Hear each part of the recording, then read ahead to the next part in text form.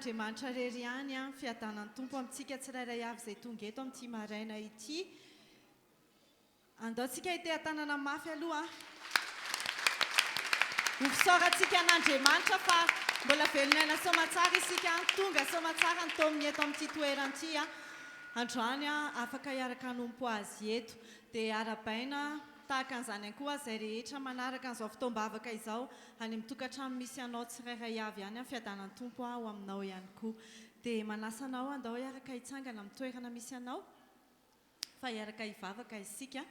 Ametraka an'izao fotoana masina izao eo anatrehan'Andriamanitra iray. Raha mety dia akipy mihitsy ny masonofinao a dia asandrato ny tananao a ho fanomezantsika voninahitra an'Andriamanitra izany. Ry Andriamanitra rainay tsara indrindra mbola velom-pisaorana anao hatrany izahay satria nomenao tombon'andrim-pahavelomana indray androany dia afaka nanao ny sitraponao, afaka hanompo anao eto androany. Misaotra ny amin'ny zavatra rehetra izay efa nataonao, misaotra ny amin'ny hoavy rehetra izay efa eo an-tananao Andriamanitra satria fantatray fa hainao mihitsy no mombanay. Izay rehetra ataonay eto amin'ity androany ity Jesosy dia hoentinay izany hanomezana voninahitra ny anaranao satria fantatray fa lehibe ianao ary fantatray fa izahay dia olona natao hanompo anao, natao ny anao izay mahafaly anao dia indreto izay Jesosy tonga eto anatrehanao. Izay rehetra tianao atao androany dia asehoy eto, asehoy fa Andriamanitra mahery ianao, asehoy fa Andriamanitra mahagaga ianao ary Andriamanitra mahay ny zavatra rehetra mihoatra noho izay tsy voaton'ny ny vavanay ianao dia asehoy aminay eto izany androany napakatra ny finoanay izany Jesosy ary tena hoe ampahatonga anay mbola atoky anao mihoatra noho izay efa nataonay hatramin'izay. Fanay masinao miandrandra anao izay, eto ianao hitarika anay, eto ianao hanoro anay ny amin'izay zavatra rehetrarehetra fantatrao fa tian'Andriamanitra ary andrasan'Andriamanitra aminay amin'ity androany ity. Tario izay fanay masina ianao ilay mpitarika tsara indrindra, ianao ilay mpitarika mahay indrindra dia tario amin'izany izay. Izany vavaka izany dia nataonay amin'ny anaran'i Jesosy Kristy tomponay. Aleluia, aleluia. Amen. Ndaontsika mbola ite-tanana mafy ihany raha sitraka ao a.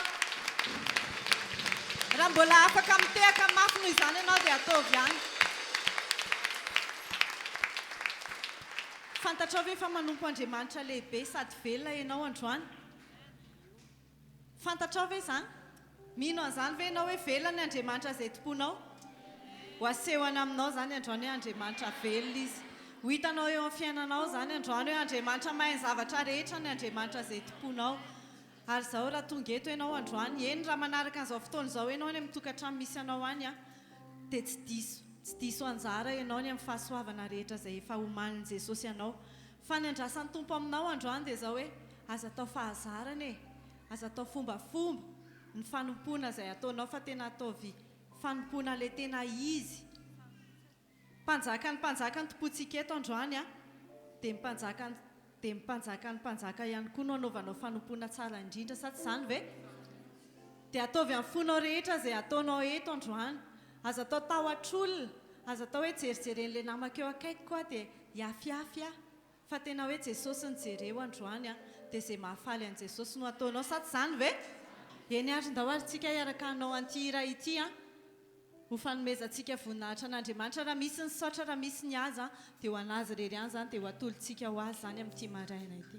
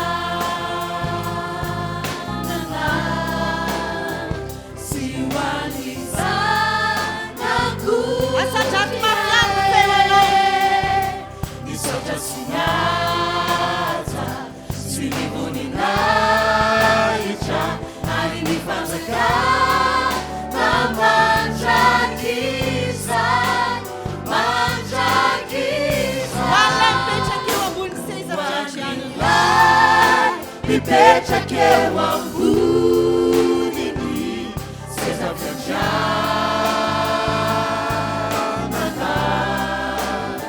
se o avisar.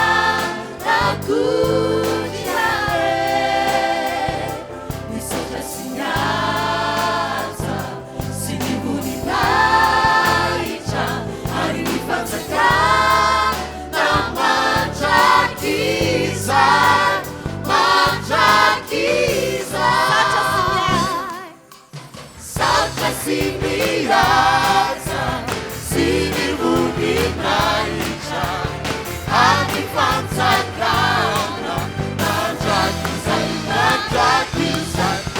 hoanafiamanitra sy ny zanakody mandrakizay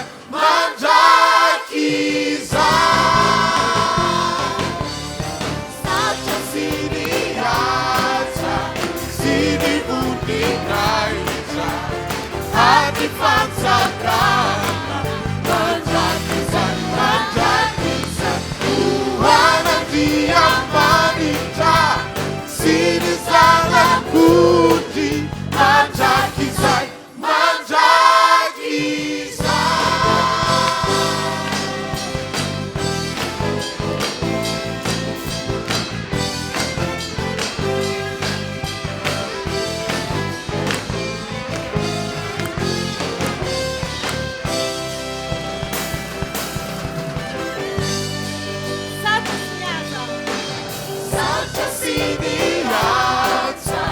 sy ny voninahitra anifantsakana mandrakizay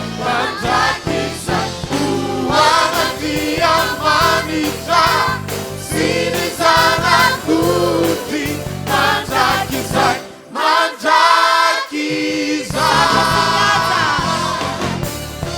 satria sy ny asa sy ny voninahitra anifantsakana mandrakizay hoanafiamanitra sy ny zanakody mandrakizay satria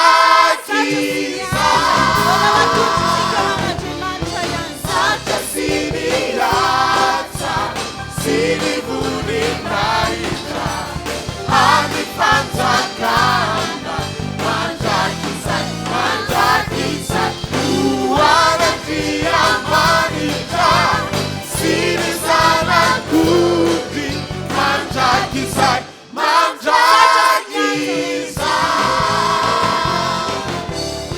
satria sy ny asa sy ny voninahitra anifantsakana mandrakizay hoanafiamanitra sy ny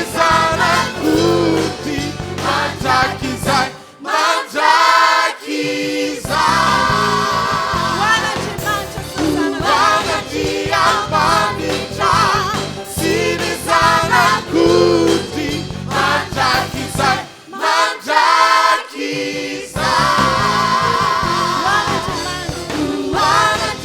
hoanafiamanitra sy ny zanakody mandrakizay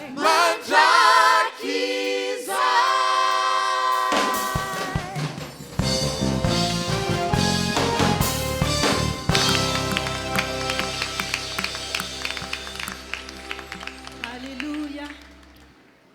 Marina fa mety hoe tonga eto ianao androany a satria miandrandra zavatra amin'Andriamanitra ianao. Mety misy amintsika reto mety hoe miandrandra vahaolana noho ny olana izay mahazo azy. Mety misy miandrandra fanasitranana ny amin'ny aretina izay mahazo azy. Fa androany a efa hitan'i Jesosy izany. Efa hitan'i Jesosy ny zavatra manavesatra anao. Vao niainga tany an-trano ianao dia efa hitany ny etaeta ao anatinao hitady azy. Efa hitany izany, tsy mila manokatra vava akory ianao dia efa hitan'i Jesosy izany ary efa miasa sahady izy amin'izao fotoan'izao. Fa ny ao anatinao manahoana raha manatrika an'izany Andriamanitra lehibe izany. Andriamanitra mitoetra eo ambonina seza fiandrianana. Ny fiandrianana ihany koa dia maharitra mandrakizay. Tsy misy mahavoahozongozona izany Andriamanitra izany, tsy misy mahavoahozongozona izany Jesosy izay nosafidianao ametrahana ny entanao izany androany. Dia andao dia iraintsika izy. Andao ho lazaintsika horetany horen-danitra. Fa ny fiandrianana dia maharitra mandrakizay. Ho lazaintsika fa izy dia masina. Dia aoka ianao tena hanandratra ny feonao satria mahakasika ny fon'i Jesosy izay hira rehetrarehetra ho ataonao eto androany.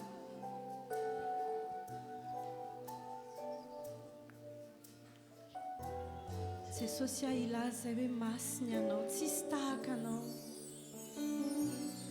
Masiniana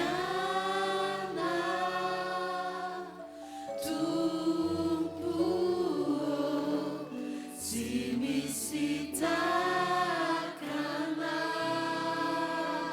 Jesosy tena tsisy tahaka anao tokoa. Betsaka amin'ny mpanjaka izay mety manana ny sezany, fa ianao no safidian'ny iray andro any. Ianao ilay masina. Masiniana Tompo, Ny dera rehetra Jesosy androany dia atolotra eo anao.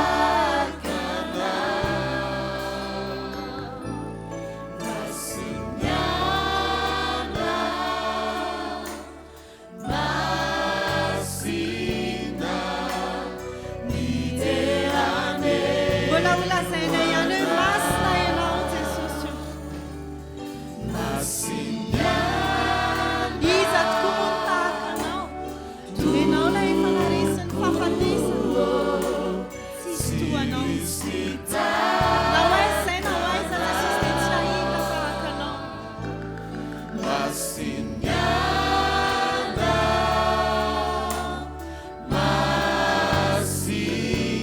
Dia atolotra ianao ny dera rehetra. Dia hira fiderana ho anao izahay. Irani fiderana nawa, sachitiku yana. Masama anao mihitsy izahay androany. Manatuna fianjana, ilay fonenako.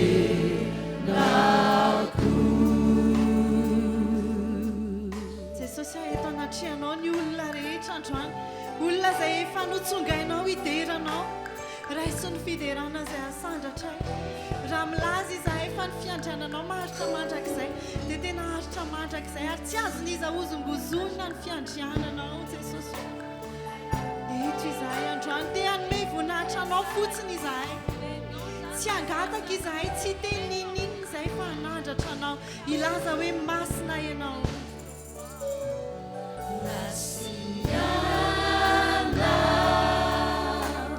Tompo, tsy misy tahaka anao. Izany hoe Jesosy tsisy tahaka anao. Izahay toy izao dia noho ianao.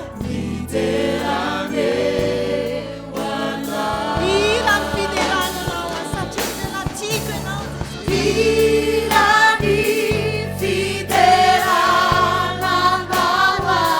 tiako mihoatra anao. Ary satria fantatro Jesosy fa olona miavaka io masinao a dia manantona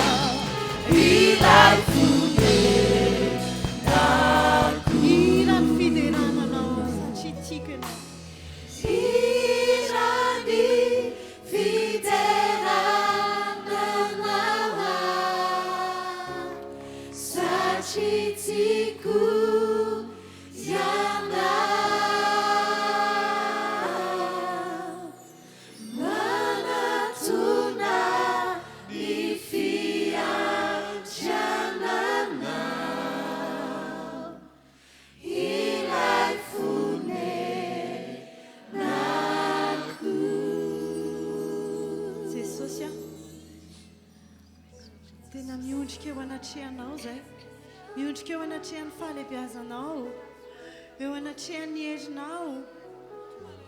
Manaiky izay ny vavanay tena mideranao, ny fonay mihitsy androany no mideranao, ary tena mba ho porofony izany dia mbola hiditra lalindalina kokoa izahay, satria fantatra fa Andriamanitra lehibe ianao, tsisy matohatra anao. Halleluia, halleluia, mandrakizay ny fiandrianana. Fanjakana eto ambony tany mbola tsinitsiny eo anatrehanao, fa ny fanjakanao dia maharitra mandrakizay. Ka tonga eto izahay ankohaka eo anatrehanao, hiondrika eo anatrehan'ny fahalebiazanao sy ny fiandrianana.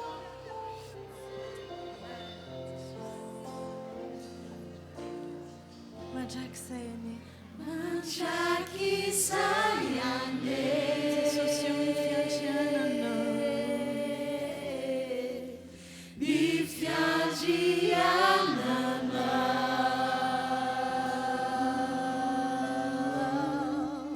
mandoarikiza,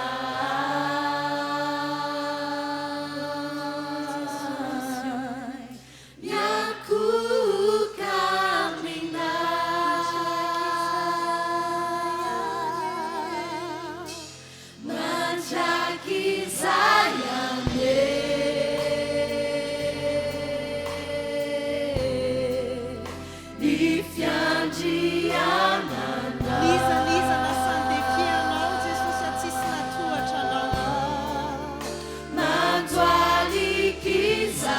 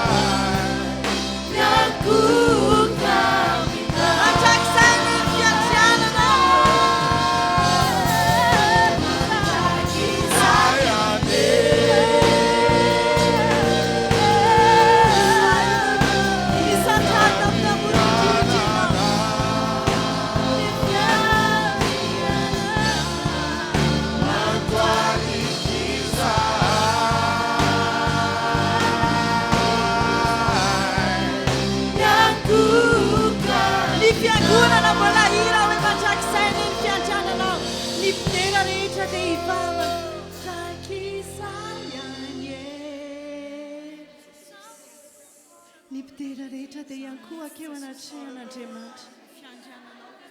Ny fiangonana dia hitohira ankalaza an'Andriamanitra.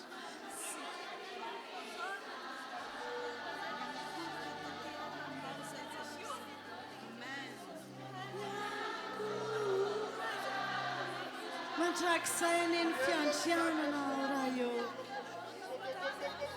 Mandrakizay any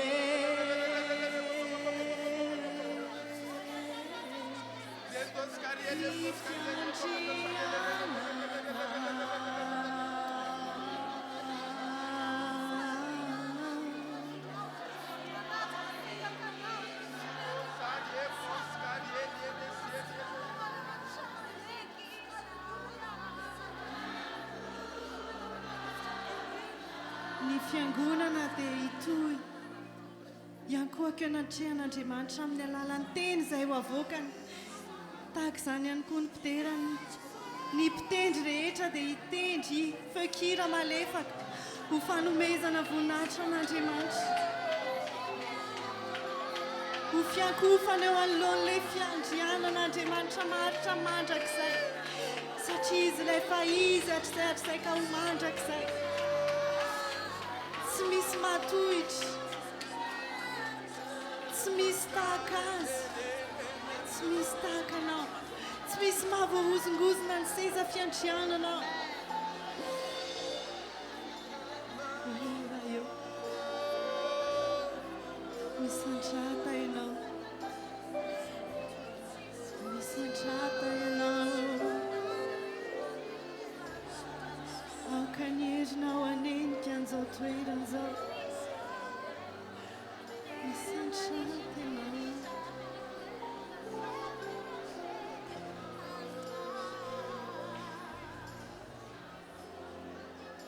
Mandrakizay any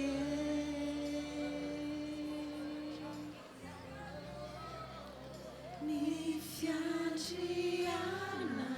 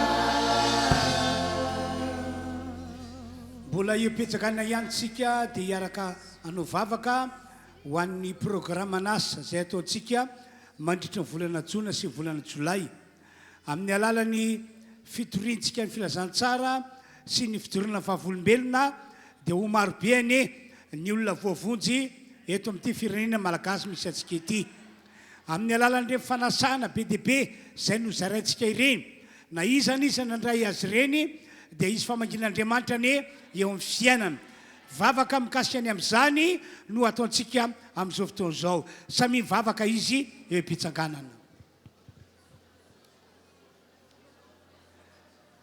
sady mivavaka ho an'ny olona ianao no mivavaka ho an'ny tenanao mba handeha tokoa hitory vavolombelona sy hitory ny filazantsara ary izaran'ireny fanasana izay fanomenantsika ireny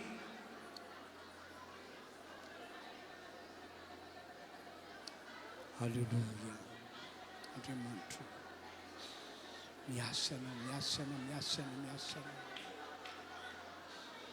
Olona marobe no voavonjy eto amin'ity firenena ity. Amin'ny alalan'ity fiangonana ity tompo izay hijoro vavolombelona sy hitory ny filazantsara ary hizara fanasana. Amen.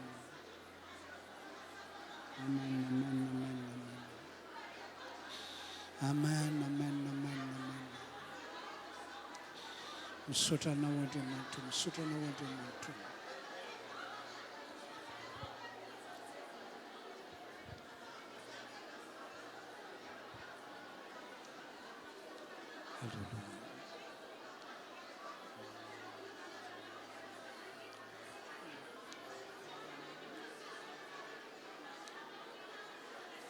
Misaotra anao Andriamanitra.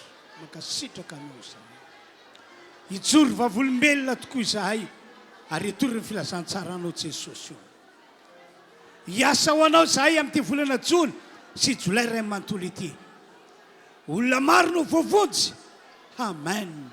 Olona maro no voavonjy. Amen.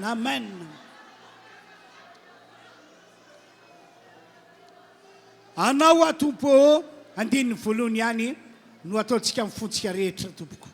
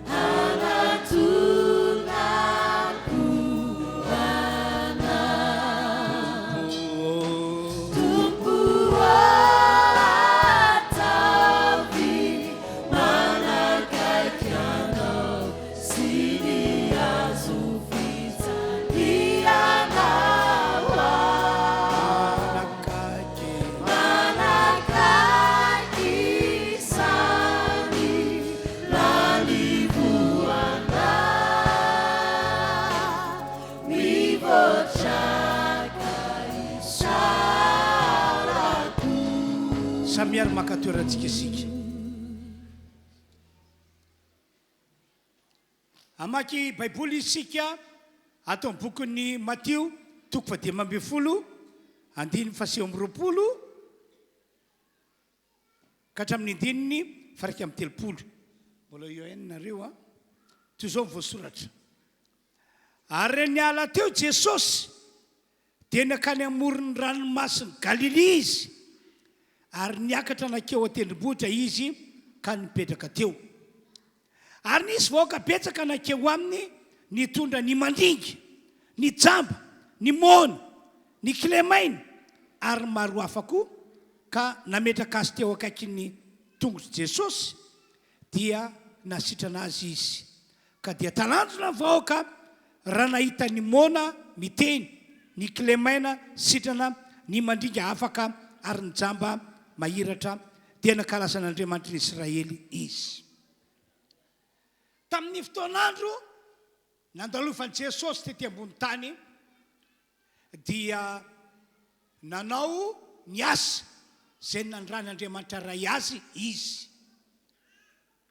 Ny ray amin'ireo mission Jesosy tamin'izany dia ny manasitrana ny marary sy ny manafaka ny olona rehetra amin'ny aretina na inona karazany ary ny manafaka ny olona azony herin'ny demonia.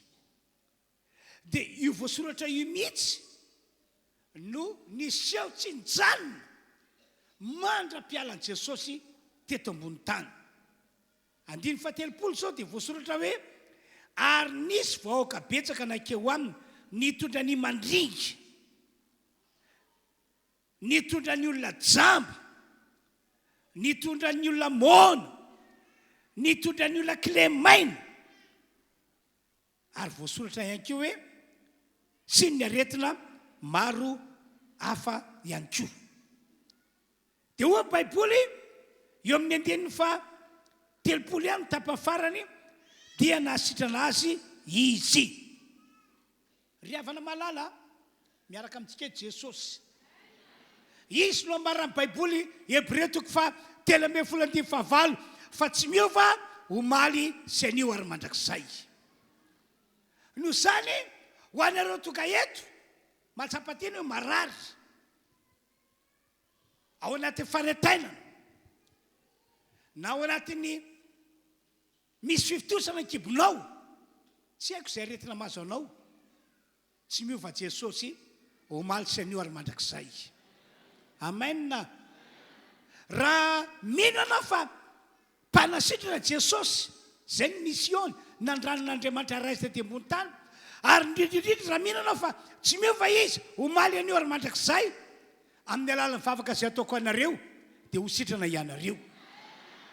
Ary na dia ianareo manaraka izao fotoam-pivavahana izao azy amin'ny alalan'ny fahitalavitra na amin'ny alalan'ny YouTube na amin'ny alalan'ny Facebook, mitona anareo ny ino fa mpanasitrana Jesosy, ary indrindrindrindra mitona anareo ny ino fa afaka nositrana zao dia zao ianareo izay rehetra izay marary. Apetrao faritra misy marary anao aza ny tananao fa hivavako anareo ao. Takizany ihany koa ianareo izay manaraka zao fotoam-pivavahana izao na firy na firy anao no manaraka le fotoana.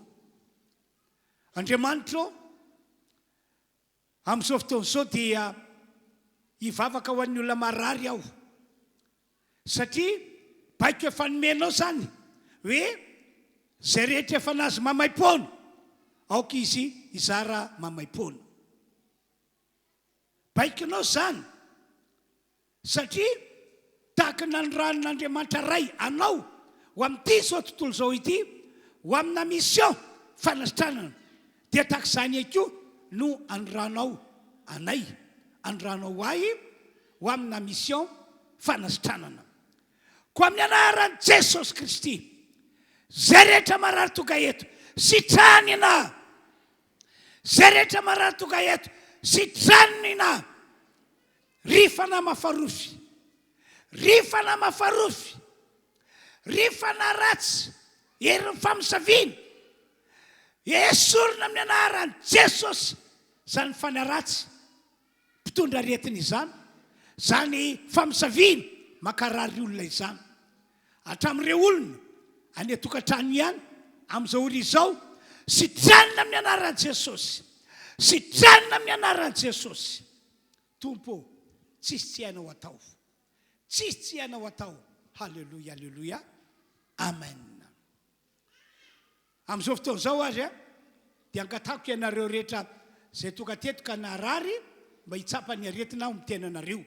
Tahaka izay koa nareo any tokantrano any zay narary tsapaony ny tenanao, dia zay sitrana tsy ny enao ny ala mihitsy ilay fanentanana na ilay aretina azo anao, azafady hoe mba tsaka ny tanana, zay natsapa sitrana izy atsaka ny tanana. Misy vitsivitsy ireo manangan-tanana, dia ho anareo ny tokantrano any zay sitrana, raha sitrakareo tompoko dia afaka mandefa mesazy aty amiko ianareo. Ina moa mahatonga miteny hoe alefasiny ny mesazinao milaza hoe sitrana, satria na izay mpanompon'Andriamanitra ary mila manana fonona mitombo, ka ny fidorona vavolombelona ataonareo dia ampitombo ny finoanay ampatanjaka ny finoanay ho anareo tonga eto ka natsapatena hoe sitrana angatana hoe mandroso vetivety ety anoloana mandroso ety anoloana isika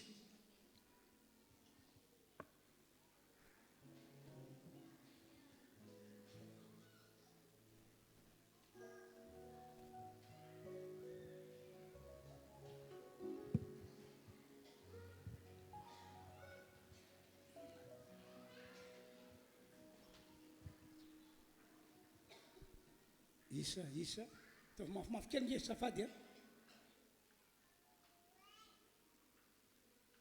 atao vireniny olona hatrany ambadika be ihany inona ny nararanao teo voninahitra ho an'Andriamanitra rery ihany a fa iny ilako izy zany ohatrany hoe tsy haiko hoe ina fa ohatrany mikaiko izany ny ilako izy sady tsy tady ohatrany miketrakilo zany a dia voninahitra ho an'Andriamanitra fa vao nandeha vavako pastera teo dia henoko nisy zavatra ohatrany hoe mitsoka mihitsy any anatin'ny taolako any dia tonga dia tsapako hoe tonga dia maivana be zany tonga dia sambatsambatra be zany nefa ohatrany hoe misy mamatotra ny tomboky tsy afaka mandeha mihitsy a dia vao niala tany an-trana hoe za tsy maintsy andeha hivavaka fa tady ho afatrony dia voly tsy andeha mihitsy io tongotra io fa tsy maintsy tonga any a dia voninahitra ho an'Andriamanitra fa tena sitrana zao dia raina ny tompo iteka tsy arehetra ino ny nararanao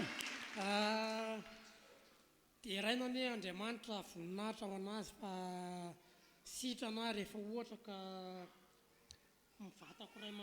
vatako ray manontolo ohatrany tsy alaizy zany fa sady volo ny tongotro no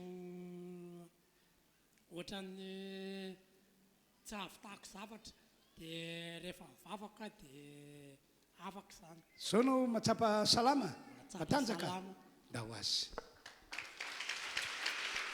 voninahitra ho an'i Jesosy moa zany izy nikoa volombelona eto araka tenin'ny pastera teo atao amin'ny malaligna zany malariva natory a ty zany vony fo maraina igny ao dia narary be to tsy zakako misy ty tanako ty zany fa marary be ty dia zao manahoana izy zao dia ziska tamin'ny maly tontolon'andro dia ziska tamin'ny maraina eo nankaty zao dia zay vi pastera ny teniteo io hoe atao varitra misy marary ny tagnanao vao napetraka oatra zao dia zavatra nafana be zany nikasika tato dia sitrana be misy amen da ho azy voninahitra man'Andriamanitra tsokona folombelona rehetra fa za zany a rehefa nanao alim-bavaka tamin'ny soma dia rehefa vita somatsana ny alim-bavaka dia nakeny mamanay teny Alasoana natory izay mantsy fa ny Ambomandry manao asany Ambomandry dia keny le narary anao ka nisy mivoto ny kiboko dia rehefa niteny pastera ty hoe vavah dia natao ny téléférence fa nivotoviny izy io le izy zany ny opéreny dia fa hira be dia avy eo amin'izay dia nivoto le izy dia nantaina be dia avy eo dia miteny pastera teo nanao téléférence dia voninahitra n'Andriamanitra fa tena afaka le izy tena efa niala le manantena midoboka efa niala satria dia raina Jesosy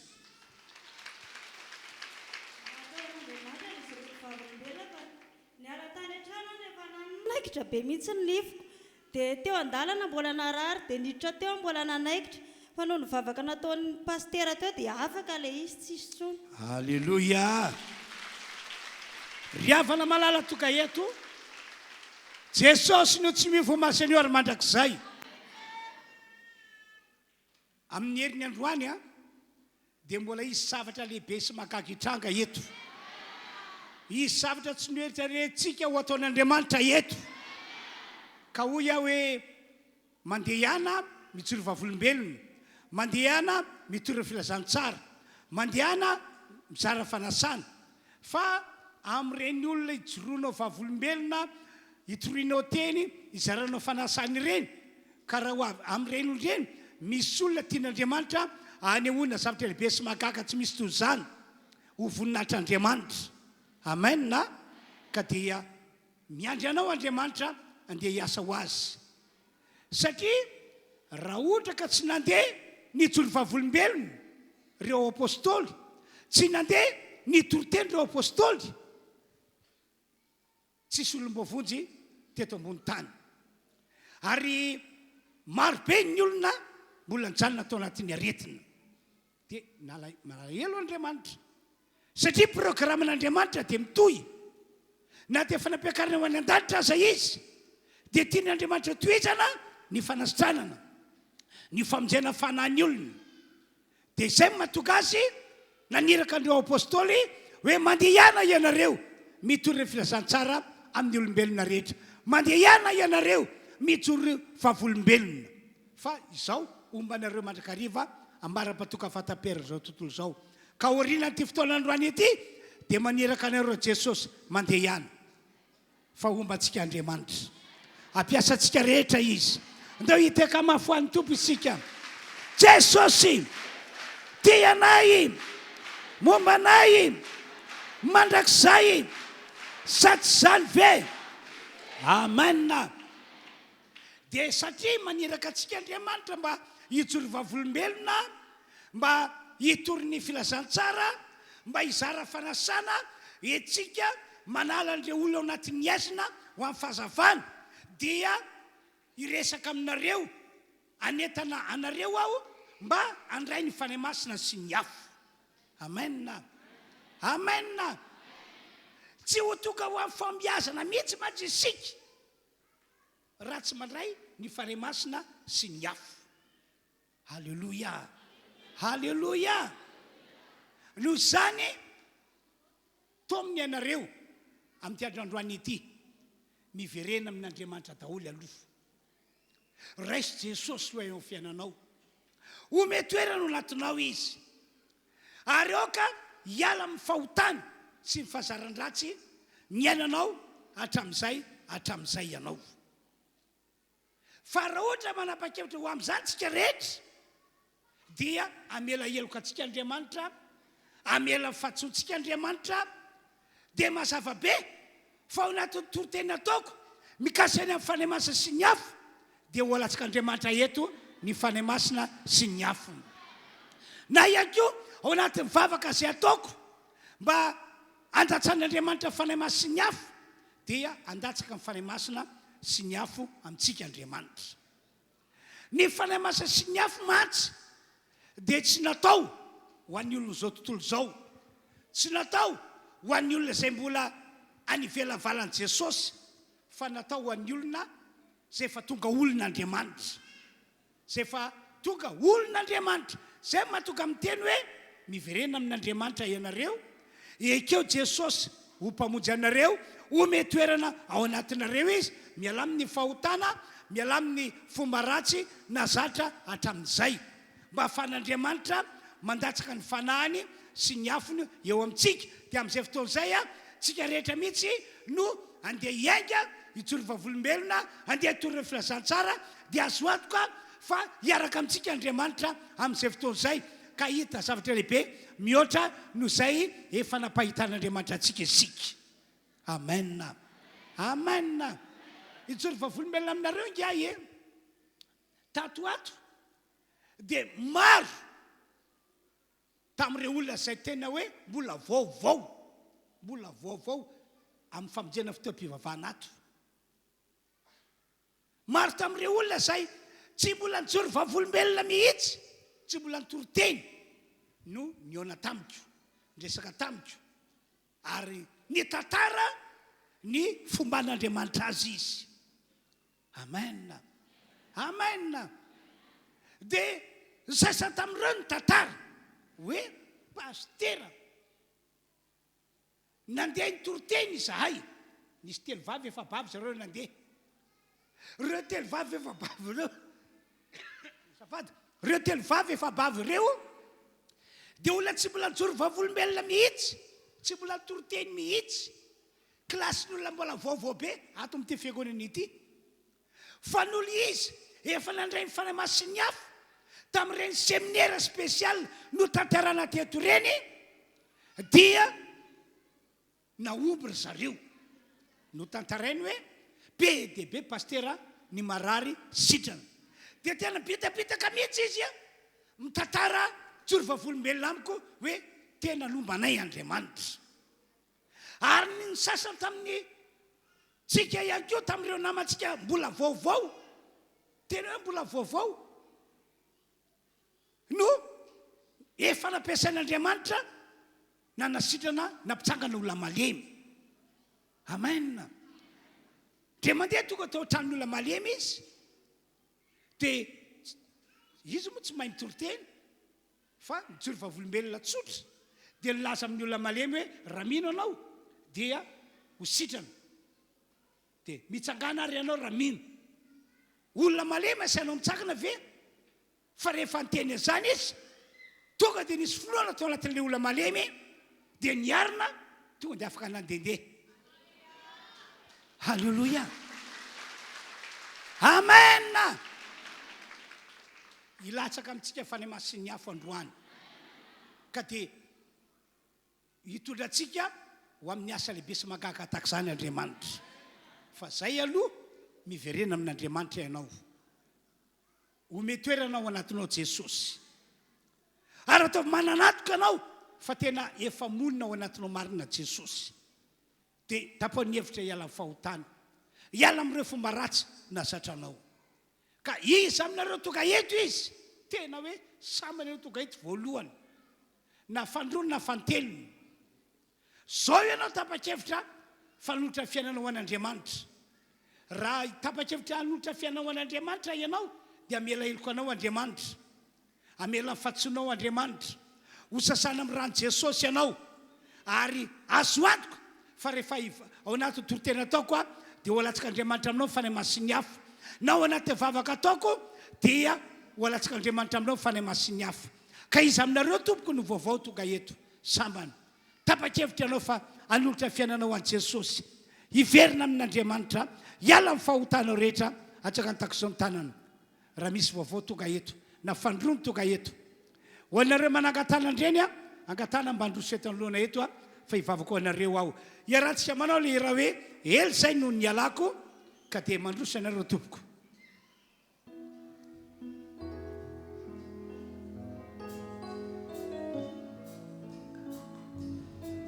mandroso ety anoloana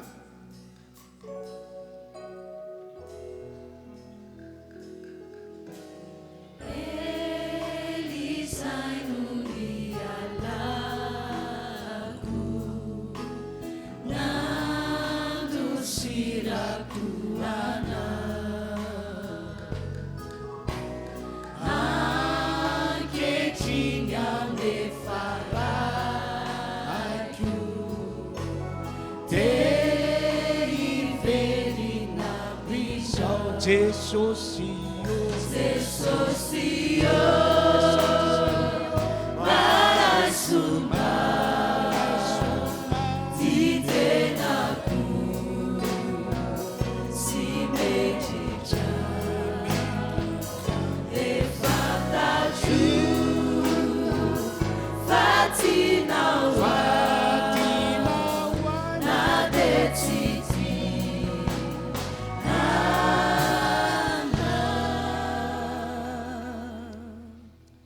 Vavaka ho anareo mijory eto anoloana eto aho ary matoky fa tena tianareo Andriamanitra dia efa manomana no avinareo ho avy mamirapiratra izy amin'izao fotoana izao tsy takatra sainareo inona ny tranka orinan'ny androany fa manana finoana fa lay Andriamanitra zay miaraka amintsika eto no hiaraka aminareo ihany koa hiasa amin'ny fiainanareo apetrao eo fonareo ny tanana azy Andriamanitra misy andreo olon'ireo izay nanapa-kevitra fa hanolotra ny fiainana ho anao hiverina aminao Andriamanitra andray an Jesosy hiala amin'ny fahotana hiala amin'ny fomba ratsiny rehetra mamindra fo aminy anao ka velao ny heloka vitany mamindra fo aminy anao ka velao ny heloka vitany ary sasao amin'ny rano Jesosy izy ary androany tompo tapako ny ozina na inona karazany ozina io miala amin'ny anaran'i Jesosy tsy hipetraka amin'ireo olona ireo manapaka ny ozina sy ny heriny ao ary mandroaka fany ratsy hiala zao dia zao miala amin'ny anaran'i Jesosy tompo anao ireo olona ireo ary atolotra eo tananao ho voatahiry anompanao hatramin'ny farany tsy emotra tsy verin-dalana intsony mihitsy ireo olona ireo fanompanao hatramin'ny farany misaotra Jesosy halleloia amen dia raha soanareo tain'Andriamanitra mazoto ianareo tompoko dia andao hiarantsika manao le raha hoe hatramin'ny farany tsika rehetra mihitsy no hiaraka no tena hoe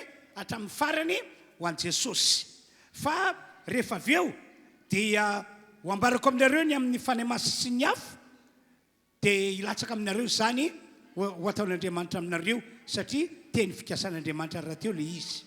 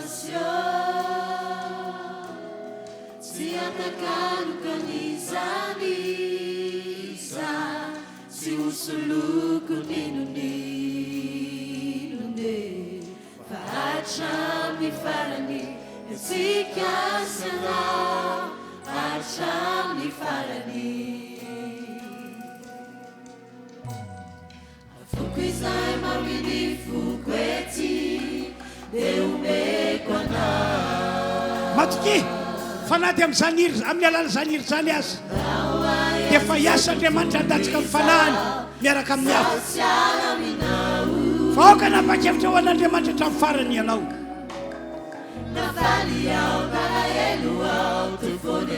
Amen.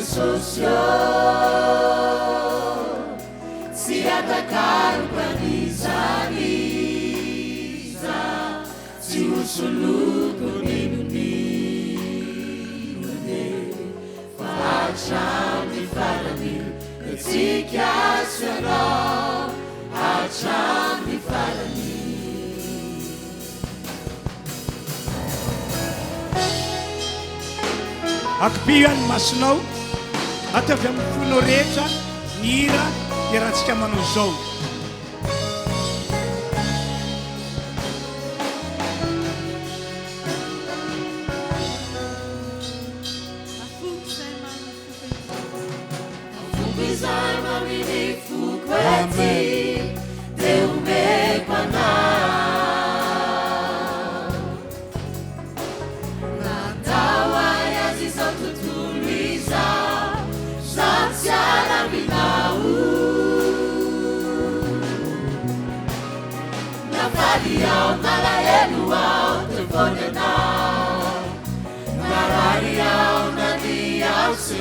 Misaotra Andriamanitra araka izany tokoa no nasenao tao amin'ny fiainana teo amin'ny fiainana rehetra ka dia nompanao hatramin'ny farany izahay tsy eno tsy velon-dalana mihitsy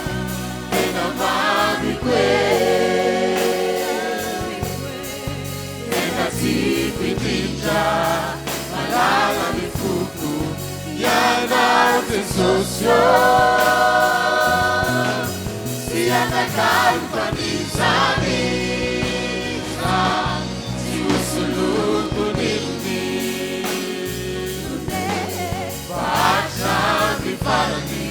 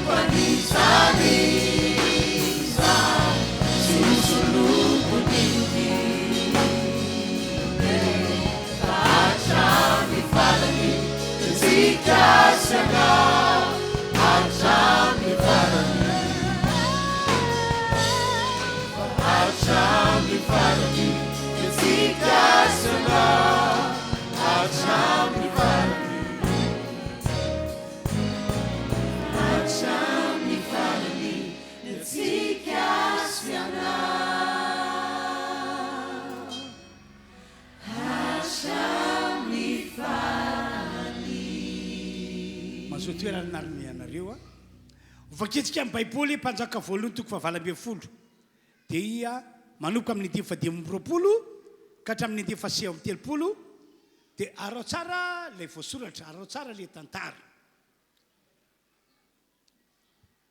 aroily tamin'ireo mpaminany bala mifidiana vatrombola iray ho anareo ka dia manamboara aloha ianareo satria ianareo no maro ary miantsoa ny anaran'ny Andriamanitra reo nefa aza sinafo ao dia naka ny vatrombola izay nomena azy ireo ka namboatra azy dia niantso ny anaran'ny bala hatramin'ny maraina ka mandrapitaotao ny andro izy nanao hoe ry bala eno zahay kanjo tsy nisy nanoana nanamaly akory ary ninjaketsaka tamin'ny altara izay nataony izy ary no ny tataovavonana ny andro dia nanesioeso azy elika nanao hoe miantsoa mafiana fa Andriamanitra izy angamba sondrindresaka izy na miavela na misy nalena na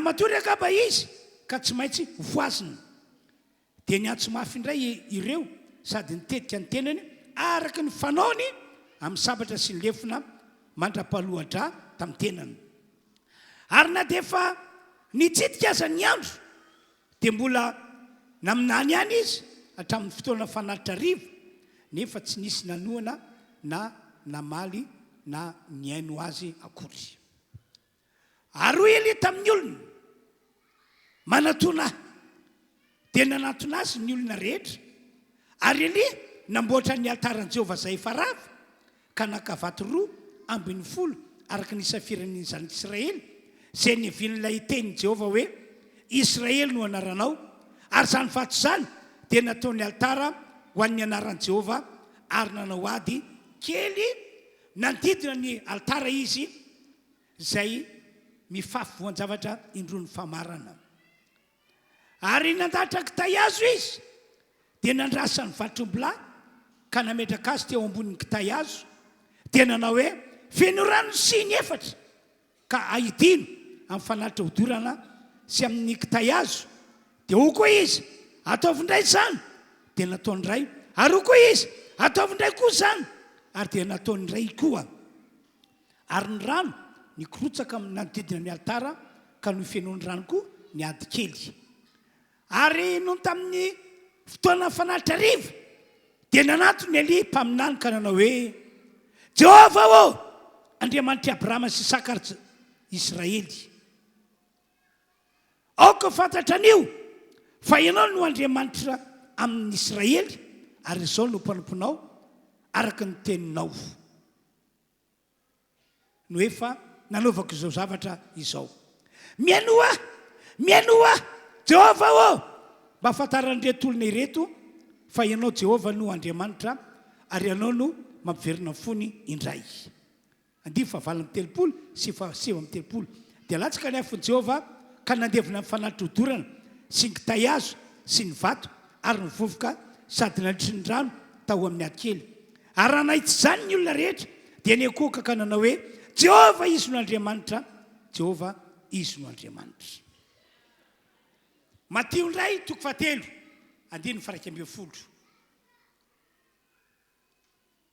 Matio 7:1 izao Jaune dia manapatisanareo amin'ny rano ho amin'ny fibebahana fa lay avy aoriko no mahery noho izao ka tsy mendrika tolakapany aza ao izy no anapatisanareo amin'ny fanahy masina sy ny afo ry fiangonana rehetra manarika ty fotoana ity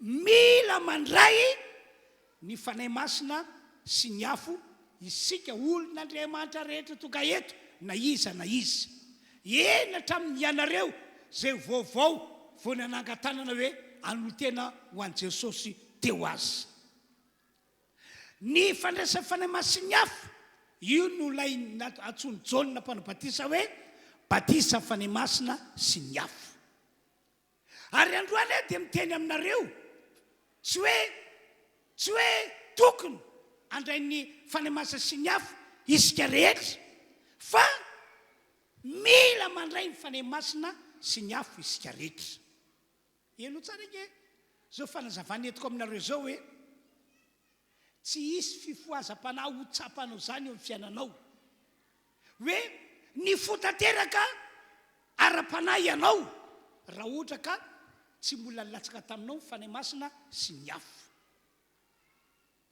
hijanona ho zaza ara-panahy eo foana ianao na firotoana nampino anao raha tsy mbola latsaka taminao ny fanay masina sy ny afo hijanona ho fiangonana kristianina araka ny nofo eny foana ianao raha ohatra ka tsy mbola nilatsaka taminao ny fanay masina sy ny afo ary possible ho fiangonana manota hainao zany hoe fiangonana manota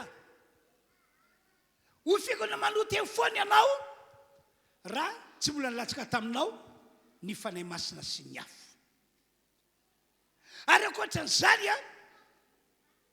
fiangonana kristianina ianao olon'Andriamanitra ianao fa dia irorosaina eny foana ianao tsy tena matoky loatra n'Andriamanitra ianao tsy tena matoky loatra ny tenin'Andriamanitra ianao ny hoe ankatoa ampiatra tenin'Andriamanitra moa dia ho mafy be aminao raha ohatra ka tsy mbola nilatsaka taminao ny fanay masina sy ny afo ny tantarany zanak'Israely zay novakina teo moa no manamarina izany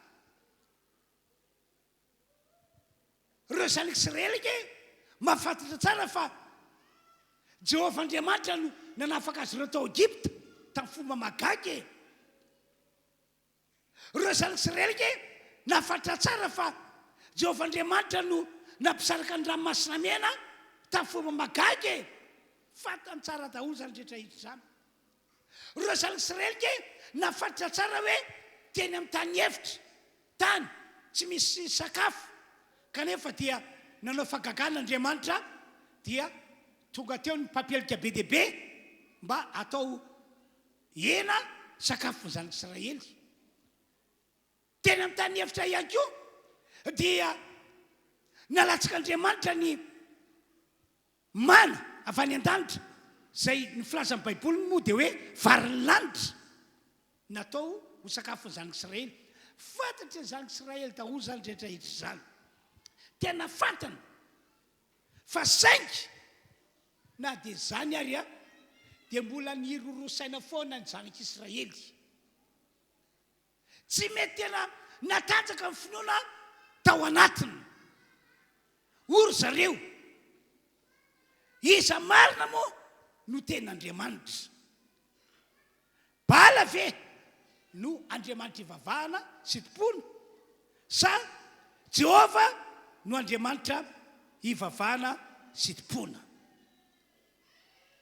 ry havana malala mandrakatrehitriny dia mbola maro amin'ny fiangonana kristianina no tahaka andreo zanak'Israely olon'Andriamanitra izy fiangonana kristianina izy manana ndraikitra anaty fiangonana izy fa ina zava-misy matory ara-panahy izy inona zava-misy dia nambarako tery aloha mijanona ho zaza ara-panahy eo foana izy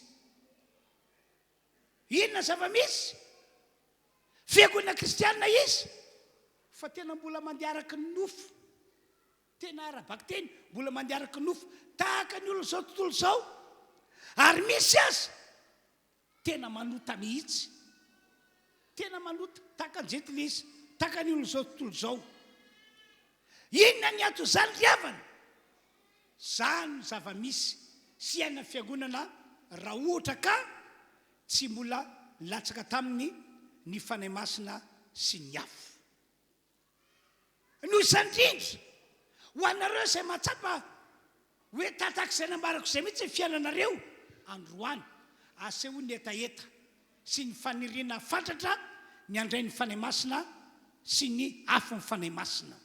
Amen. Amen. Iverentsika ny tantarandro zanak'Israely a. Araka ny fanamarako taminareo a, dia tsy afaka tao amin'ireo zanak'Israely mihitsy ireo taranaka taty aoriana ny fiainana mirorosaina. Hoe iza marina moa ny ten'Andriamanitra. Le Jehova zay resan'ny Eli mandrakariva amintsika io ve? Le Jehova zay notantarain'ny Eli hoe nanafaka antsika tao Egypta, nanao fagagana ty amin'ny ranomasina mena. Iza marina moa ny ten'Andriamanitra. Le Jehova zay tantarain'ny Eli fa nanome hena sy mofo ho an'ny razam-betsika tany aloha ve? Sa ity bala ity? Satria tamin'izany tena natanjaka be mihitsy ny fanompon'Andriamanitra tsy izy. Anisan'izany ny fanompoana lay Andriamanitra bala. Natanjaka be mihitsy. Ary anisan'ny nanao fagagana ihany koa bala tamin'izany. Betsaka fagagana nataony. Ary zay no fototra nampirorosaina ny zanak'Israely hoe iza marina moa no Andriamanitra. Jehova ve no Andriamanitra natao hodim-pona sy ankofana, sa bala no Andriamanitra natao hodim-pona sy ankofana? Ary satria no antony natokany Eli tapa-kevitra hoe tsy maintsy iroso amin'ny dingana ambonimbony kokoa aho. Eto koa maresy lahatra ny olona fa Jehova tokoa no Andriamanitra. Enonge ny teny nataon'ny Eli mpanjaka voalohany toko vavaka 20, andimy faraika amby roapolo. Ary dia nakeo amin'ny olona rehetra Eli ka nanao hoe mandra-poviana no irosaina ianareo raha Jehova no Andriamanitra manarazy, fa raha bala kosa no Andriamanitra manarazy. Dia hoy ny olona, dia hoy ny Baiboly hoe fa ny olona tsy namaly azy akory. Dia hoandray Eli, zao ary sokevitra omeko anareo rehetra mba hafantarantsika hoe iza marina moa no Andriamanitra natao hodim-pona sy vavahana. Ianareo mpanany bala manao valitara ianareo, fa zaho ihany koa zay mpanompon'i Jehova Andriamanitra hanao alitara. Dia satria ianareo no maro, dia mandehana ianareo a mitady vato-trombola anankiroa, dia ny ray ho anareo, ny ray ho ahy. Dia ho ataonareo eo ambonin'ny alitara zany ny vato-trombola izany. Dia le vato-trombola zay omenareo ahy kosa dia ho ataoko eo ambonin'ny alitara. Dia ataontsika rehetra, na ianareo na izao, samy vavaka. Ka zay Andriamanitra mamaly vavaka amin'ny alalan'ny afo, milatsaka ambonin'io alitara, misy an'io omby lahy atao fanalitra io, no ekentsika fa izy no Andriamanitra. Dia niorakoraka ny olona rehetra, mariny zany. Alao iseho miariary eto zay ten'Andriamanitra na le Jehova zay tantarany ty lehilahy atao hoe Eli ity, fa tena mitompo teny fantatra mantsy Eli fa Jehova no Andriamanitra. Na bala zay topotsika ankehitriny, satria matsika efa nahita zavatra lehibe sy magaga nataony bala. Aleo tokoa zay Andriamanitra mihainy vavaka ary mamaly amin'ny alalan'ny afo milatsaka avy any an-danitra no ekentsika ho Andriamanitra. Dia hoy Eli, nareo no maronisa, nareo aloha no manao fanatitra voalohany. Dia nanomboka mivavaka rehefa mpaminany bala. Vao maraina dia efa mivavaka. Balo! Ianao zahay mandatsafo. Balo! Ianao zahay mandatsafo. Niverimberina izay vavaka izay fa tsisy afo nilatsaka teo. Dia mbola nitoizan'izy ireo ihany ny vavaka.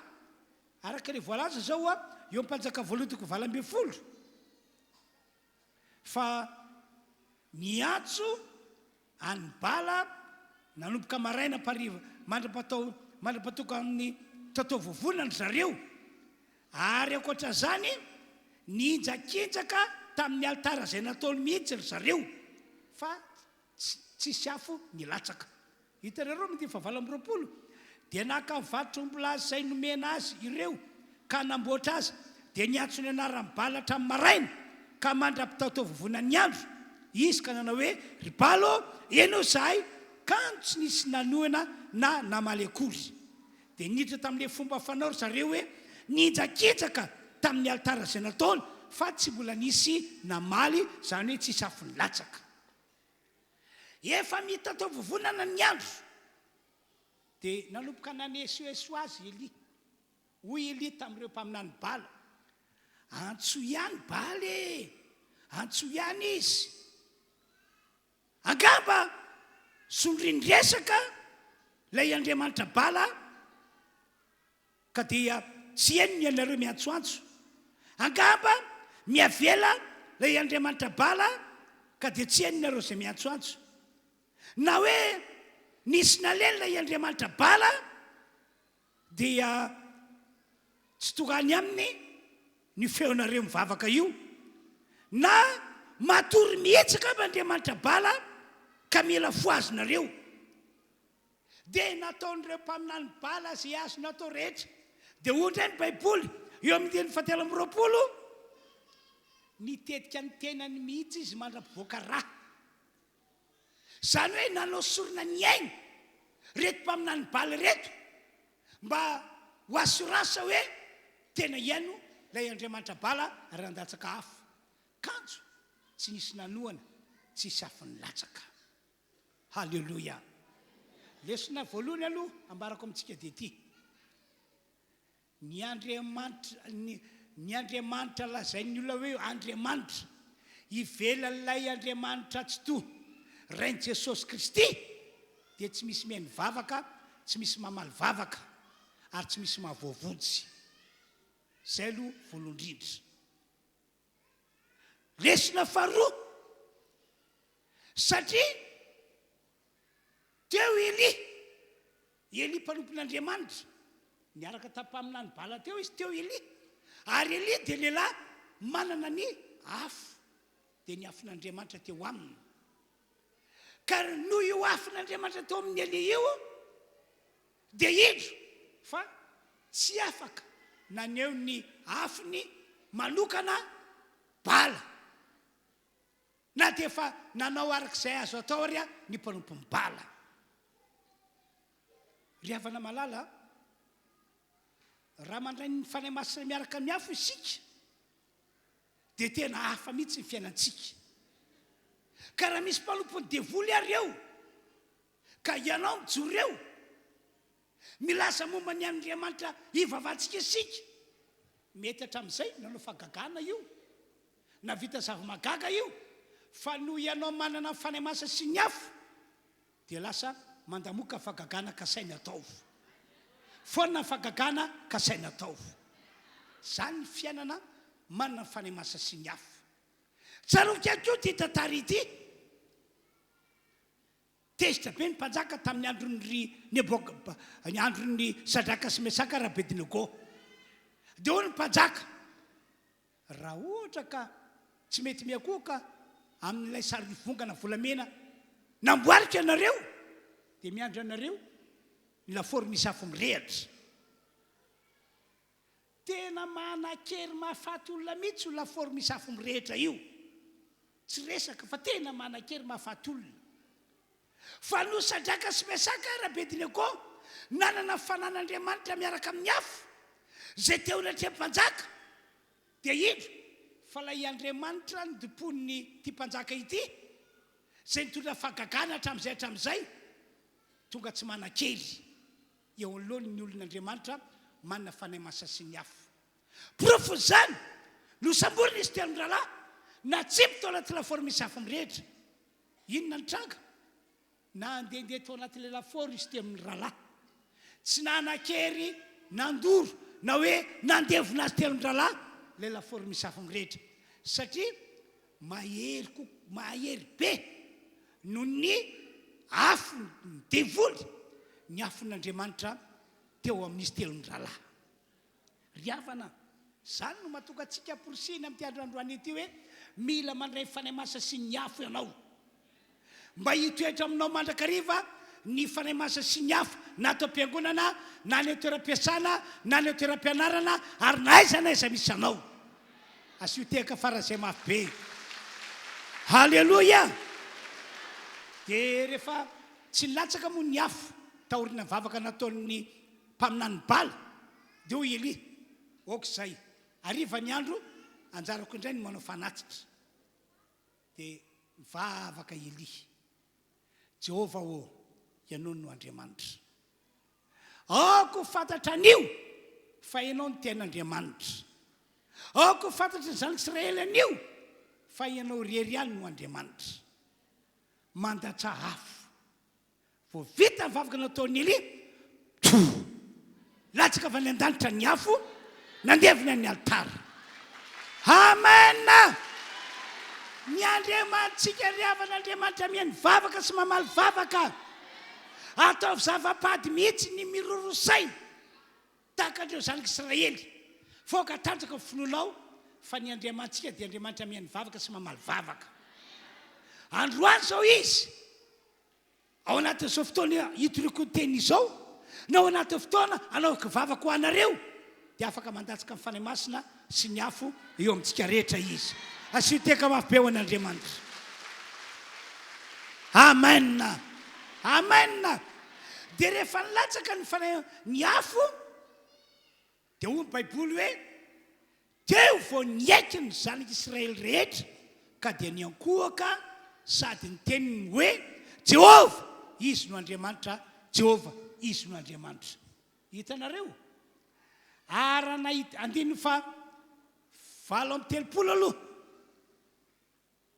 zao voasoratra dia latsaka ny afo Jehova ka nandevina fanatitra dorana sy ny kitayazo sy ny vato ary ny vovoka sady nandritra ny rano tao amin'ny atikely. Arana ity zany ny olona rehetra dia niankohaka ka nanao hoe Jehova izy no Andriamanitra, Jehova izy no Andriamanitra. Halleluia. Ajantsika hatria aloha izay tantarany mikasika zanak'Israely zay fa hiverentsika ihany rehefa avy eo.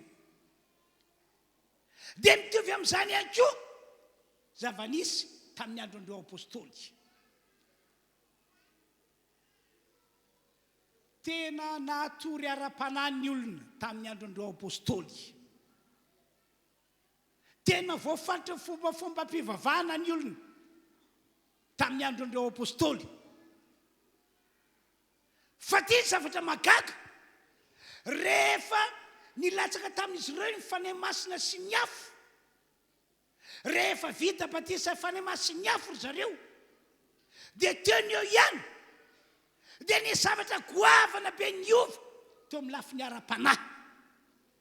Ilay apôstôly ray mpiarotry Jesosy izay feno tahotra feno fanahiny tsy sanjory vavolombelona tsy sanotory filazantsara dia hoy ny Baiboly manao hoe dia nitsangana Petera sy ny 12 ka nijory vavolombelona ary nitory filazantsara tamin'ny olona vory marobe teo ary taorina zay dia 3,000 olona no ndray mibebaka. Amen. Amen.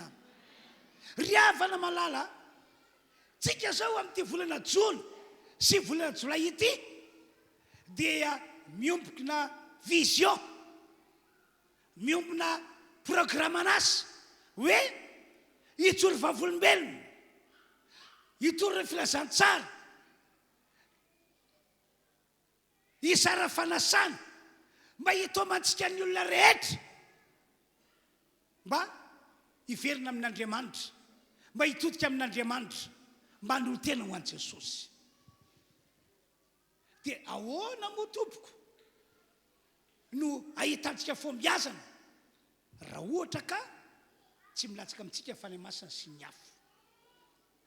Tsy niverina tamin'Andriamanitra mihitsy ireo zanak'Israely raha tsy efa nilatsaka amin'ny fanahy masina sy ny afo nandevina ny altara izay namboariny Eli tamin'izany andro zany. Tsy nisy olona 3 mibebaka tamin'ny andron'ireo apôstôly raha tsy ny latsaka ny fanemasa sy ny afo. Dia tamin'izay vao nanan-kery le fitoriana vavolombelona sy le fitoriana filazantsara nataon'reto apôstôly, nataon'ireo mpianatra, dia izay nambarako izay hoe 3,000 no indray mibebaka. Amen. No zany ho antsika rehetra toka eto dia mila mandray ny fanemasina sy ny afo isika. Aoka ngeta eto izay niry fatratra an'izany ianao izay manarika izao fotoam-pivavahana izao.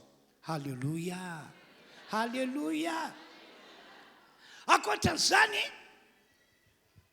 rehefa nilatsaka tamin'ireo apôstôly ny fanemasina sy ny afo, dia hatramin'ny asa fanompoana nataon'izy ireo azy tena niova be mihitsy. Tena niova be satria tantarain'ny baiboly any amin'ny asa apôstôly 5:12 fa teo amin'ireo apôstôly ny tanan'Andriamanitra nampanao azy famantarana sy vakagana. Taorian'ny latsa fanemasina sy ny afo tao amin'ireo apôstôly dia vory daholo ny olona tao Jerosalema sy ny vohitra manodidina Jerosalema. Dia nanatona an'ireo apôstôly nitondra ny marary, nitondra ny mandringa, nitondra ny maty ila, nitondra an'ireo olona azo nerin'ny démonie, ary izay rehetra tonga teo dia sitrana sy afaka avokoa. Amen. Amen. Zany rehetra zany ry havana noako ny fanahy masina sy ny afo rehefa tena milatsaka amintsika ny fanahy masina sy ny afo fanahy masina. Ka hoy aho hoe manana etaeta ny andray ny fanahy masina sy ny afo anao. Manana faniriana amin'ity androandroany ety ny ho vita batisa fanahy masina sy ny afo ianao.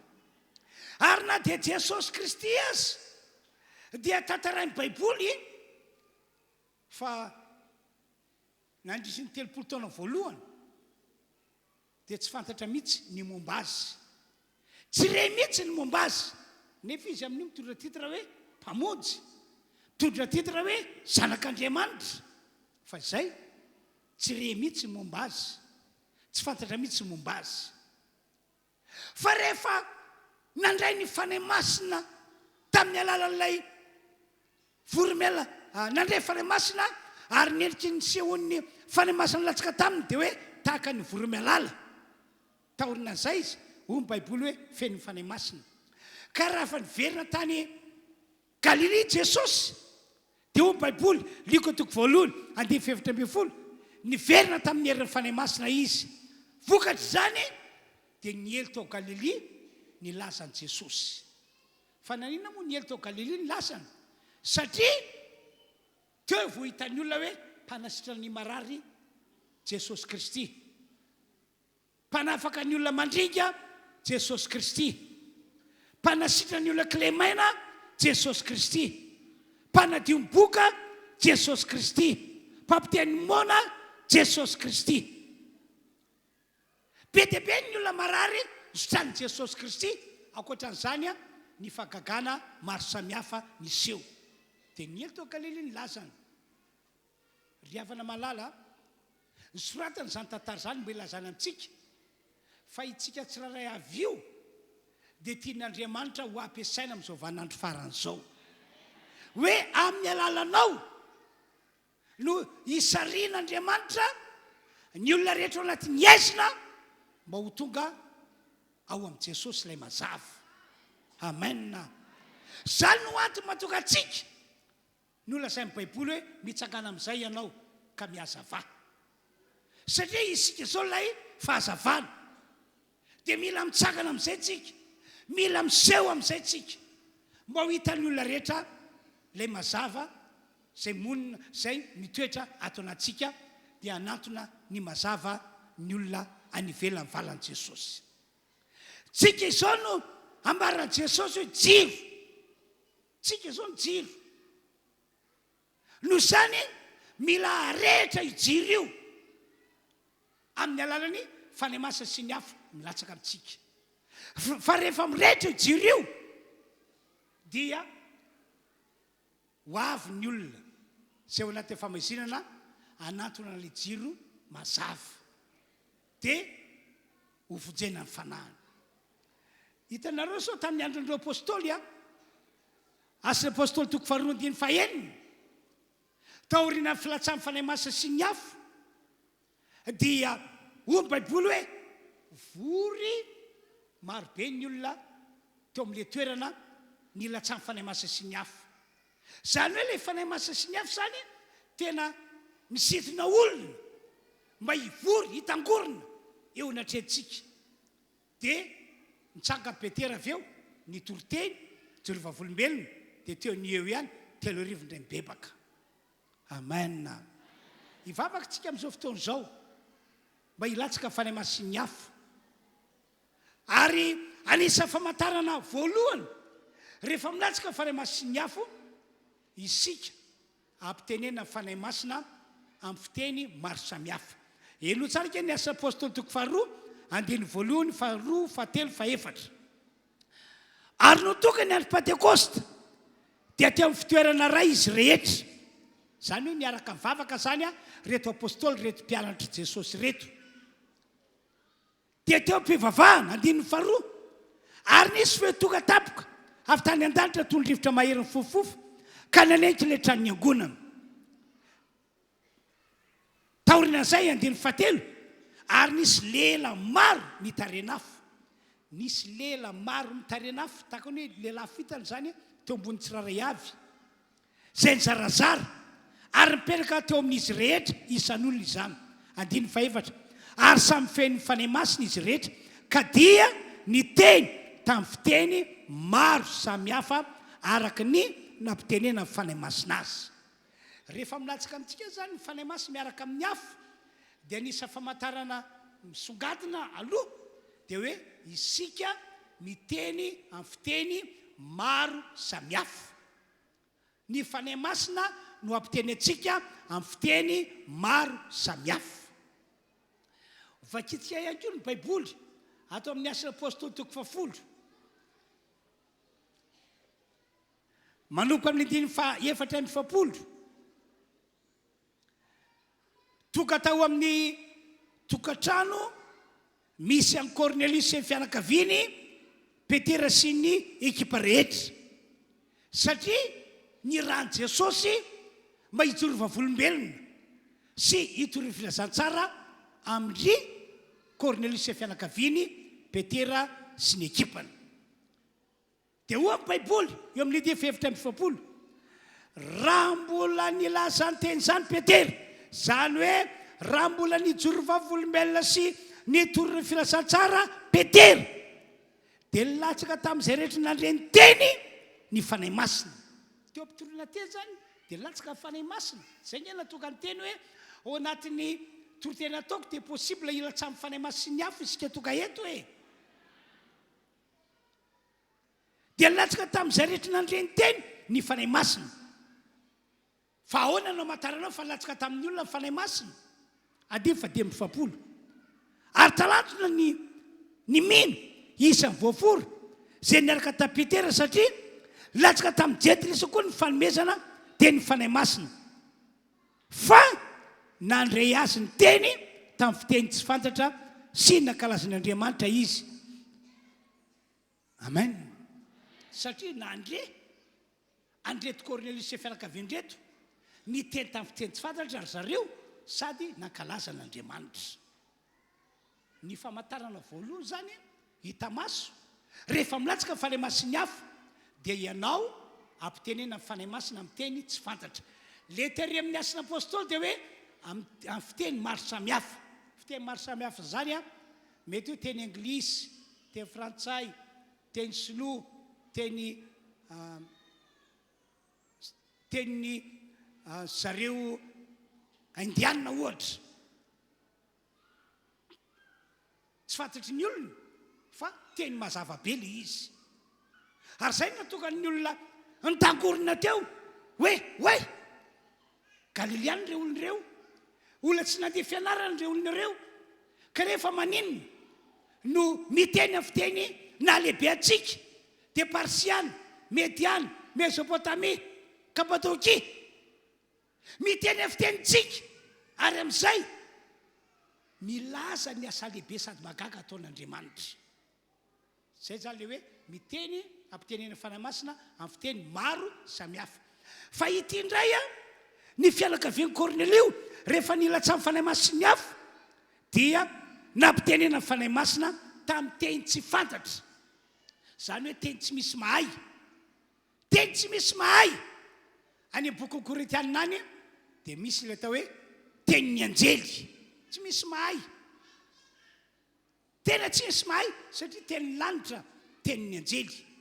Zany zany famantarana lehibe sady voalohany indrindra rehefa milatsaka amintsika ny fanahy masina sy ny afo. Dia ankoatran'izay ianao miteny teny tsy fantatra iny dia mankalaza an'Andriamanitra. Tsy misy mahalala. Na ianao ry tsy mahalala fa ianao io mankalaza an'Andriamanitra. Andriamanitra mahita hoe mankalaza azy ianao. Amaky Baiboly indray tsika Asin'ny Apôstôly 2:10. Tantaran'ny Baiboly indray rehefa tafahoana tamin'ny mpino kristiana vitsivitsy tao Efesosy Paoly Apôstôly dia nivavaka ho azy ireo mba ilatsany fanahy masina sy ny afo.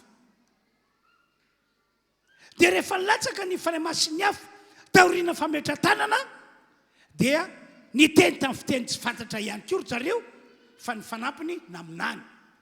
Vakina ny 5:9. Ary rehefa nametra amin'ny Paoly tanana izy dia nilatsaka tamin'ny fanahy masina ary niteny tamin'ny teny tsy fantatra izy sady naminany. Tofy tamin'ny andro Kornelio nampitenena fanahy masina tamin'ny teny tsy fantatra, teny tsy misy malala. Fa ny Kornelio niampy fankalazana an'Andriamanitra. Fa ny an'ireto mpino tao Efesosy indray niampy faminaniana. Ry havana malala ny riko dia itsika rehetrarehetra andray fanahy masina sy ny afo. Amen. Satria nahoana? Satria mila antsika Andriamanitra amin'izao fotoana izao ho ampiasaina hamonjy fanahiny olona be dehibe, hamahabola be dehibe ho ao amin'ny fanjakan'Andriamanitra. Ka andeontsika amin'izao fotoana izao ry ary vavaka. Tena hivavaka fotsika rehetra mihitsy sika, tena asehony etaetanao, asehony fanirianao. Andao ary tonga dia vavaka tsika.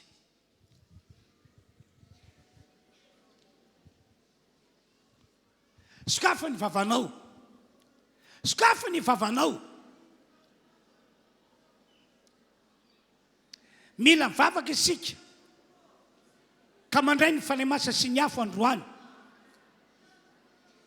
Mila mivavaka isika ka mandray ny fanahy masina sy ny afo androany. Dia hitranga izay nitranga tamin'ny andron'ny zanak'Israely. Iaiky ny olona rehetra ho tonga ato fa misy an'Andriamanitra miasa ato. Hitranga izay nitranga tamin'ny andron'ireo apôstôly. Hiazakazaka ny olona ho tonga hamelo an'ity toerana ity satria mahatalanjona azy ny herin'Andriamanitra miasa ato. Ho tanteraka an'izany. Hitagorina ny olona handedina ny sambatan'olona amintsika satria hitany fa manana ny tanan'Andriamanitra sy ny herin'Andriamanitra isika. Dia ho vonjena ny fanahiny aorinan'izay. Ho tanteraka an'izany. Samy mivavaka azy. Samy mivavaka. Samy mivavaka arak'izay fanentanana ataoko izay tsika rehetra. Samy mivavaka izy.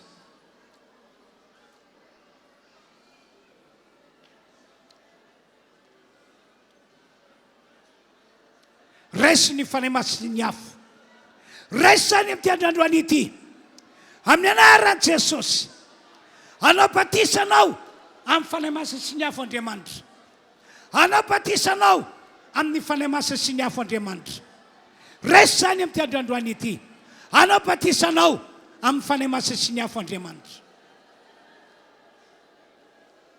Halleluja. Halleluja.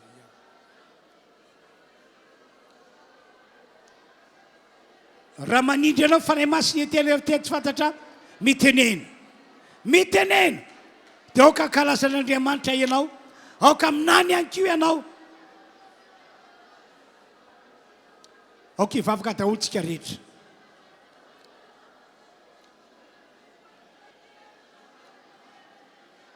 fanay masino milana oa fanayo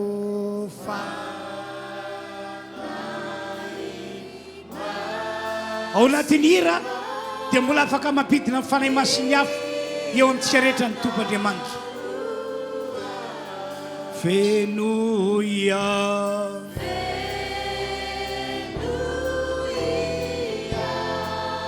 fenoia oe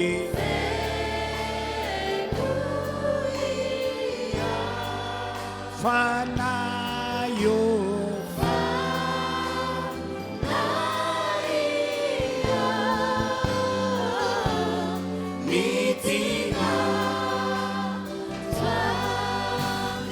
fanay masina mamika anao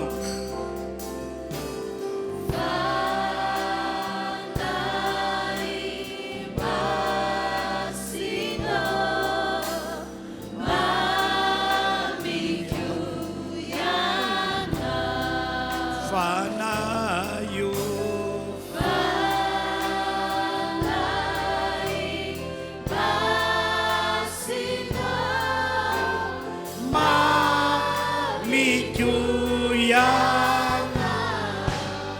usuria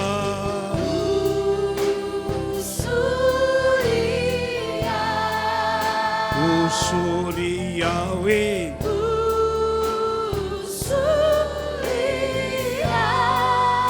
fanayo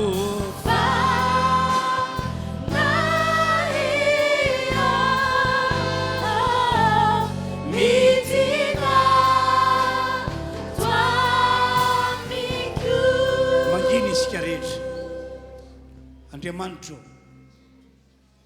efa nampitondra faminaniana ianao tamin'ny alalan'ny joela-paminany fa amin'izao vaninandro farany misy anay izao dia andatsaka amin'ny fanay masinao sy ny afo ianao ka dia tanterao zany eo amin'ny rehetra toga eto atao vita batisa fanay masina sy ny afo ny fiangonanao mangetaheta sy maniry fatratra ho amin'izany izahay io andriamanitra satria te aneo ny fahazavana ny mahafahazavana anay izahay te aneo ale jiro izay mirehitra arehetra ny fanay masina sy ny afonao izahay amen amen amen mba aomby ny fijorona vavolombelona sy ny fitirina filazantsara izay ataonay indro ny tananao ho atsotranao amin'izao fiangonan'izao tompo halleloia amen ndao hiteka mahafatompo isika dia iroso amin'ny fitondrana ny fanatitra isika rehetra amin'izao fotoan'izao dia aoka tsisy olona tsy andoam-pahafolokarena fa mandoavy ianareo izay manaraka an'izao fotoam-pivavahana izao tokony andoam-pahafolokarena ianareo raha tena pino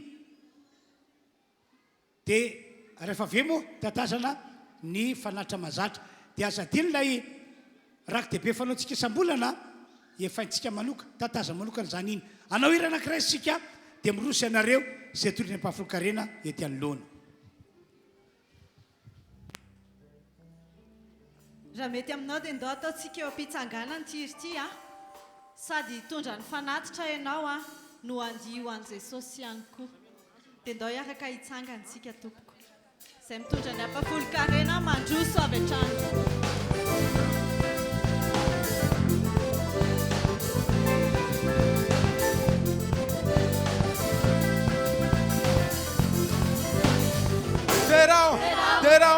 Terao tiankalazao aizanika pifalina asandratao fiobine ray zanaka fanaye terasilazana tolotraye efsi ada mandrakisaye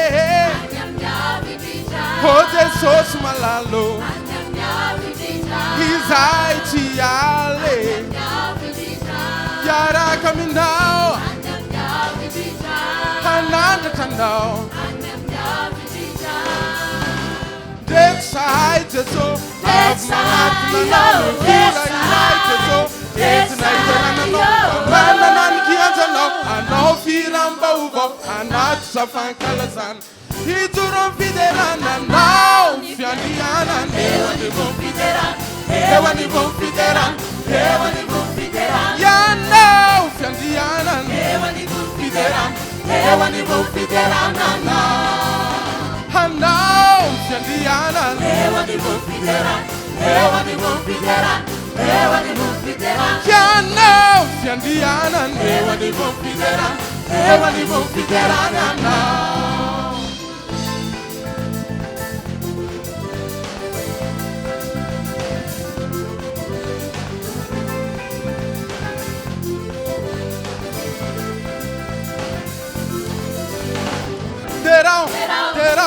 Terao dia kalazao izy mendrika hoderaina asandraton'ny fosainy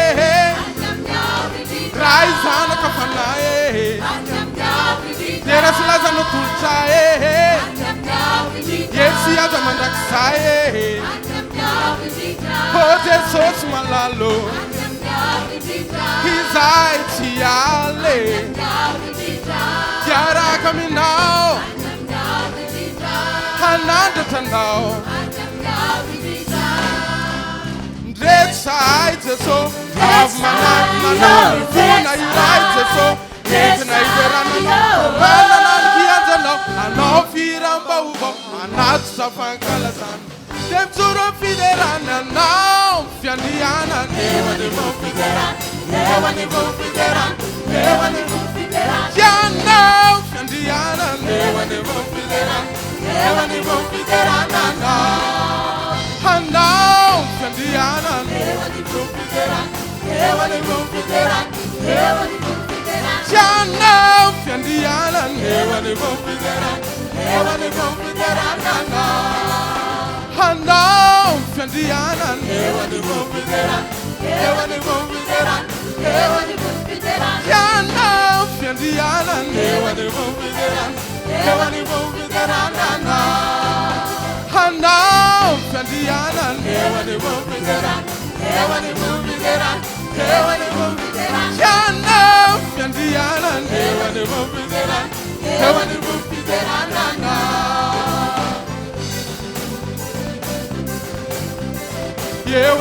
fiderana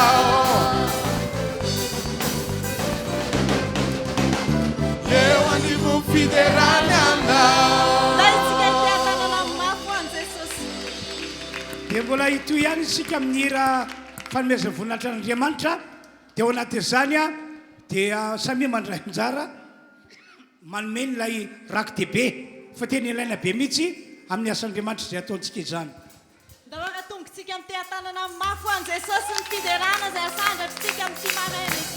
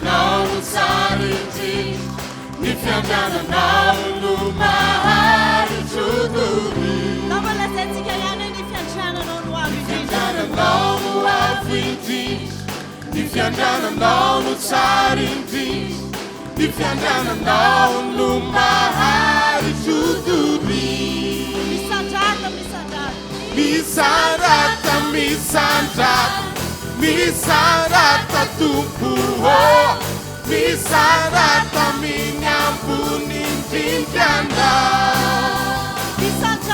misarata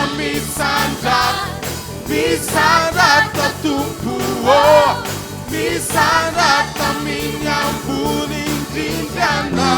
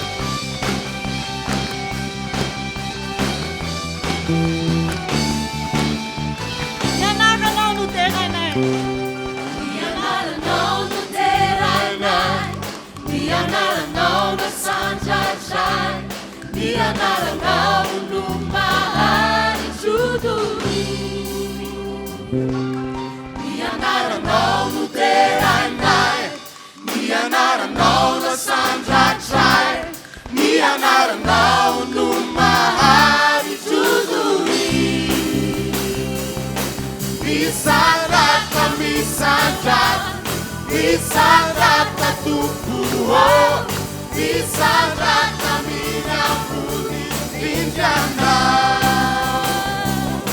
Misarata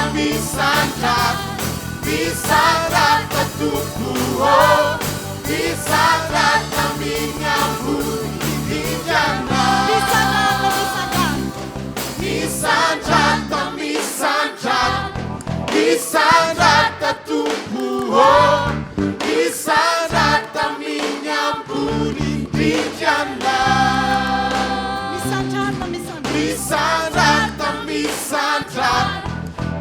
Misarata tupu Misarata minyambuni ndindana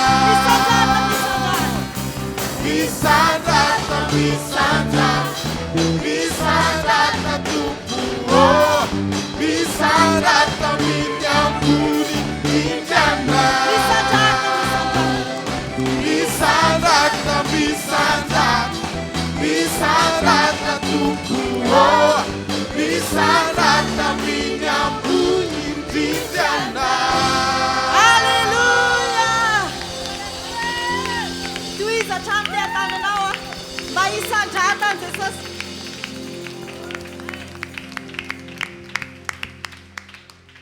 Misaotra Andriamanitra ny amin'ny fahasoavanao lehibe izay nitondranao anay tamin'ity androandroany ity. Fa afaka nanompanao teto izahay ka dia misaotra sy makasitraka. Mame voninahitra anao izahay. Momba anay ianao manomboka izao, ampiasa anay ianao manomboka izao. Halleluia. Amen. Makatoerantsika rehetra. Dia hitodika manokana amin'ny fandraisana fanasan'ny tompo izany tsika zany.